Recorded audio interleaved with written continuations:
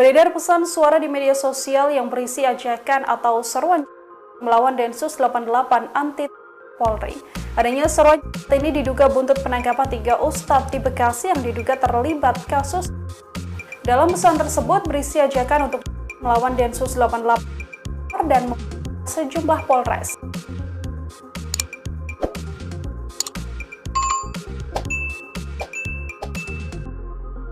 Masih seru tagar di media sosial belum usai pro kontra antara tagar MUI dan Densus 88 yang telah merembet kepada sebutan permintaan Republik Indonesia.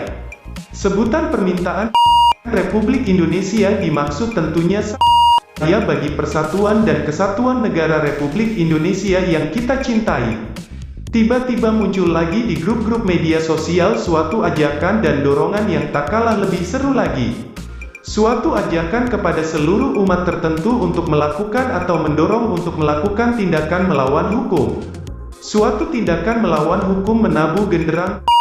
Seruan fatwa untuk melawan Densus 88. Seruan Polres dengan menyalakan api. Institusi kepolisian disebut organisasi hukum. Institusi kepolisian dipredikat sebagai tempat dan sarang para berseragam.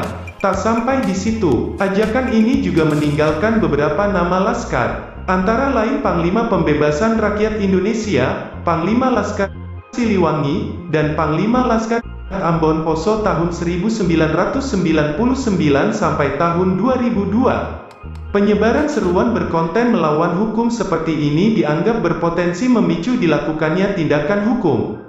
Kita paham bahwa masih banyak masyarakat kita yang masih memiliki pemikiran tertutup.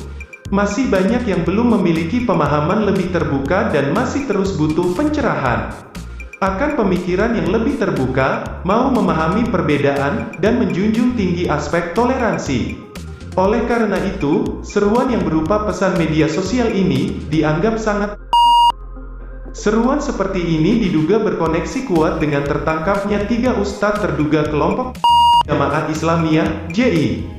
Ketiga ustadz ini ditangkap oleh polisi Densus 88 di beberapa tempat. Mereka ditangkap karena ada dugaan kuat sebagai kelompok yang dilarang di negara Republik Indonesia. Ironisnya mereka bukan orang biasa. Mereka adalah para ustadz atau pendidik, guru, bahkan pengajar. Ustadz merupakan suatu gelar kehormatan dan tidak banyak orang yang bisa menerima gelar luhur ini. Mereka para ustadz yang terkenal. Mereka dianggap mempunyai banyak pengikut atau followers. Jika dugaan kepada mereka begitu, akan jadi apa dengan para muridnya di kemudian hari? Kontroversi sekali karena ustadz yang satu ternyata adalah bergelar doktor dan seorang anggota Komisi Fatwa MUI. Apa mungkin dia salah satu pemfatwa kepada salah satu terduga agama seorang mantan gubernur Jakarta tempo hari? Tak mau kalah, ustadz yang satu lagi adalah ketua umum suatu partai politik yang merangkap anggota Komisi Fatwa Kota Bekasi. Terduga FO pernah bertemu dengan Presiden Jokowi di Istana Negara Jakarta pada Juni tahun 2020 silam.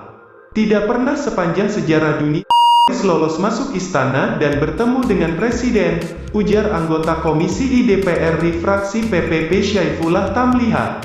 Selain bertemu Jokowi, FO juga pernah menjadi pembicara di Baintelkam Polri. Baintelkam atau Badan Intelijen dan Keamanan Polisi memiliki moto Indra Waspada Negara Raharja, bahwa intelijen kepolisian negara Republik Indonesia merupakan penyelenggara fungsi intelijen kepolisian negara bersama-sama BIN, intelijen kejaksaan, intelijen TNI, serta intelijen kementerian dan lembaga. Dengan tugas pokok sebagai berikut: mengawasi semua aliran dan memusatkan segala minatnya kepada hajat-hajat dan tujuan-tujuan dari seseorang atau golongan penduduk yang ada atau timbul di daerah Republik Indonesia atau yang datang dari luar, yang dianggap dapat membahayakan kesentausaan negara Indonesia dan sebaliknya membantu hajat dan cita-cita seseorang atau golongan penduduk yang bermaksud menyentausakan negara dan keamanan Republik Indonesia serta tugas riset dan analisis lainnya. Kalau FO terbukti sebagai salah seorang pelaku, coba di mana muka teman-teman BIN? Berarti sekaligus kecolongan dua institusi yakni Istana dan Polri. Sangat dan kontradiktif. Wah, sungguh menakjubkan sekali ya. Semoga sang penebar ajakan melakukan aksi melawan hukum di atas bukan salah satu dari murid para ustadz terduga kelompok Jamaah Islamiyah ini. Nah, kita kembali kepada topik. Para terduga pengajak umat tertentu untuk penebar dan melakukan aksi-aksi melawan hukum seperti ini, dia belajar dari siapa ya? Mesti ada gurunya, harus ada yang bertanggung jawab. Seperti kita pahami bersama bahwa mula-mula yang melakukan seruan Densus 88 muncul dari beberapa orang termasyhur. Antara lain Fadlizon, Abbas, Tengku Karnain, Oknum LSM MUI.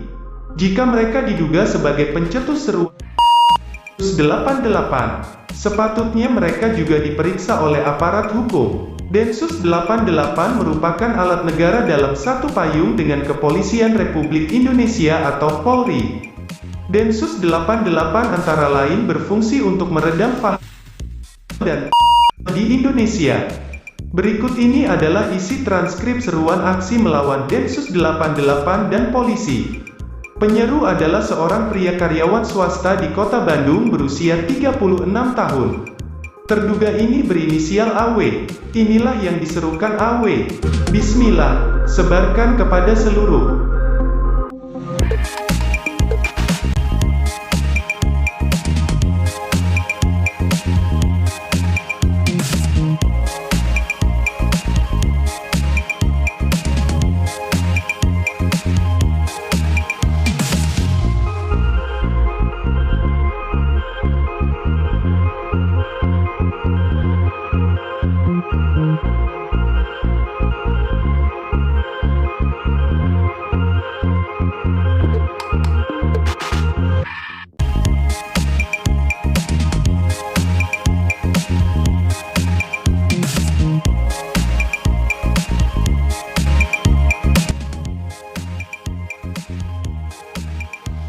Polri langsung menaikkan status siaga di kantor-kantor kepolisian yang dianggap berpotensi.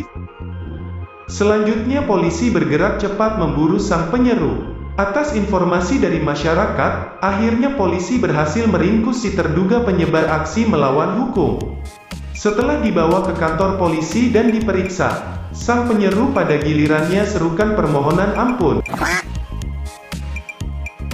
Agar terjadi efek jerah atau deterrent effect, masyarakat berharap agar kasus ini jangan lagi berakhir dengan stempel meterai 10.000.